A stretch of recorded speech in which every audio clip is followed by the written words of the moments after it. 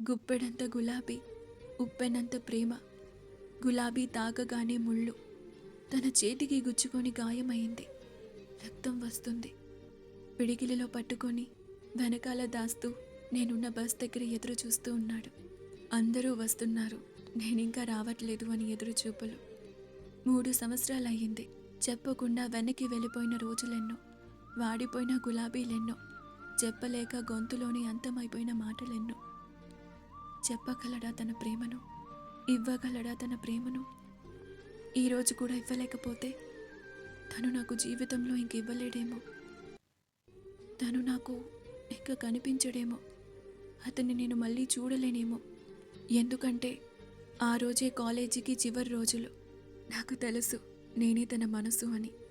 నా మాటలు అతనికి వినిపిస్తున్నాయి, నేను వస్తున్నాను అని. తను నా కళ్ళల్లోకి సూటిగా చూశాడు. నేను తనని చూసి నవ్వాను. తన చేయి ఇంకా వెనకాలే ఉంది. నేను అతని కళ్ళల్లోకే చూస్తూ ఉన్నా. అతని కోసం ఎదురు చూస్తున్నా.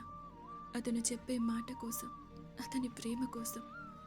తన గుప్పెట్లో ఉన్న ప్రేమని నాకు అందించాడు. ఆ గులాబీ ముళ్ళు నా చేతి కూడా గాయం చేసింది.